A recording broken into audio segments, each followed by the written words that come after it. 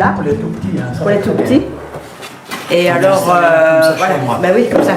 Et où est-ce que tu verrais ça? Mais moi je me dis, enfin je sais pas, Jean-Claude proposait, si jamais on utilise ça, de mettre ça tout près de l'armoire là. Xavier, toi qui es le coordinateur, tu peux mettre ça à l'ordre du jour de la prochaine réunion? La semaine prochaine. La semaine prochaine. J'ai été professeur de gérontologie sociale à l'école de santé publique ici de l'UCL. Et donc je me suis forcément beaucoup intéressé à tout ce qui concernait les personnes âgées, et notamment le logement, l'hébergement, etc. Et tout en appréciant beaucoup tout ce qui se fait dans ce domaine, je trouvais que ça ne répondait pas à beaucoup de demandes, et notamment à ce qui allait se passer avec le vieillissement de la population, très important, où on vit plus longtemps, mais aussi où on reste plus longtemps en bonne santé. Oui. Donc il y a une longue période pendant laquelle, disons, on n'a plus la structure du temps de travail, etc. Et donc il y a une nouvelle vie à réinventer.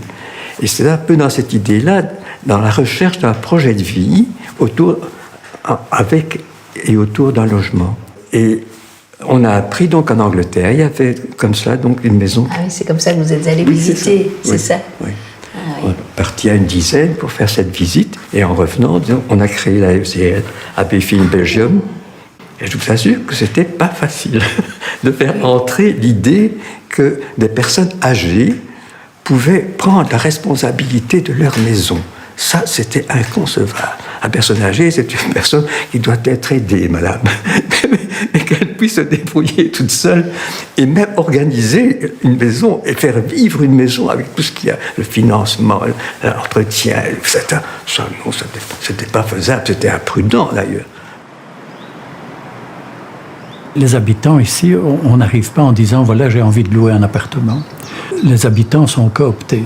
Il a été mis au point une procédure de candidature.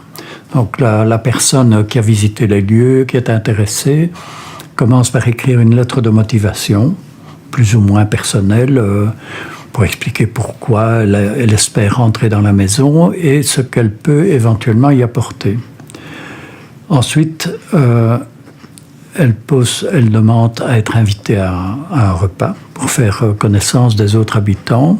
Et suite à ça, si la personne se sent, je dirais, en confiance avec les habitants qu'elle a rencontrés, elle va les rencontrer individuellement, par une ou deux ou trois personnes à la fois, pour avoir un contact plus personnel. Si la personne désire continuer la démarche, il y a un stage d'une quinzaine de jours. Où elle vient alors et elle s'installe? Dans la chambre d'amis. Quand on parle de stage, ça fait un peu bizarre, quoi, de devoir faire un stage. Mais en fait, c'est simplement pour se tester.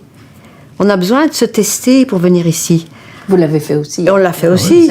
On l'a fait aussi. Et c'était bien parce qu'on teste, on sent qu'on est... D'abord, on fait connaissance des autres, on voit comment on vit dans la maison.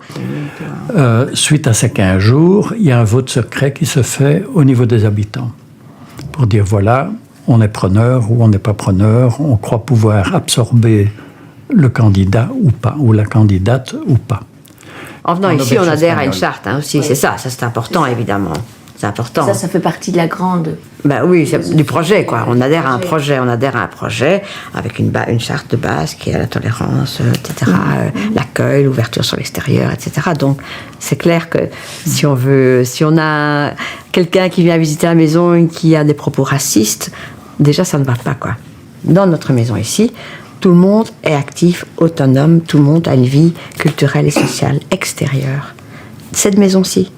Et donc, on n'organise rien pour nous ici dans la maison. On fait pas de séances, de soirées de jeux, on fait pas de soirées TV, on fait pas de soirées... on soupe ensemble, en semaine, et pas tous les jours, parce que quand on sort, qu'on va au théâtre, au cinéma, on n'est pas là, quoi. On est plus stimulé que si on était seul chez soi. Oui, mais pas trop étroit. Hein. Il viendrait jusqu'ici, jusqu'à ma pied. Oui.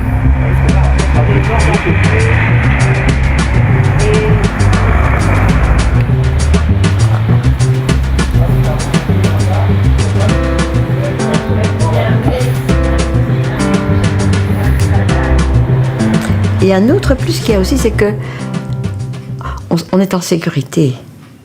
Parce que le moindre petit problème, quand on vit seul ou même dans un couple, on frappe à la porte à côté, on a quelqu'un, quoi. Donc on est quand même en sécurité. Donc on a décidé petit à petit de se rapprocher l'un de l'autre et on cherchait un logement, idéalement 2 appartements, jeune couple de vieux croutons, c'était préférable. On avait vécu longtemps seuls tous les deux, donc on n'avait pas envie de foutre la relation en l'air pour une question de friction dans la cohabitation. Donc on est venu voir ici et on avait bien précisé au départ que nous postulions chacun en tant qu'individu et pas en tant que couple. Pour vous, l'idée, elle était prête. Elle était prête. Oui. C'est ça. Moi Oui, aussi. Et vous aussi. Moi aussi. On voulait garder notre espace privé chacun et donc on s'est dit on va prendre 2 appartements, chacun le nôtre et on se voit tous les jours, Jean-Claude et moi. On passe toute notre soirée ensemble, on prend nos repas ensemble, etc. On partage nos petits-enfants ensemble. Oui. On dort parfois chacun de notre côté, on se repose l'un de l'autre, on prend nos distances quand on sent que c'est nécessaire et donc c'est très très bien comme ça.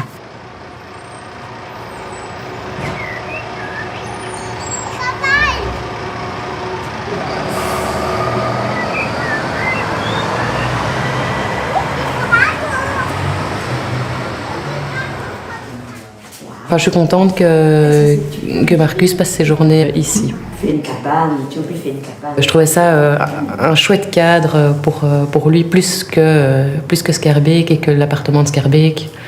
Voilà, ici il y a de l'espace, c'est vrai qu'il y a du monde, il croise d'autres personnes. Enfin, je trouve ça chouette pour lui aussi. Ça fait du bien à la maison d'avoir nos enfants et nos petits-enfants ici. Ouais. Une maison où il n'y aurait jamais de passage de génération plus jeune. Ouais. Je trouve qu'on s'encroute comme ça. Ouais. Ça fait du bien, ça fait du bien.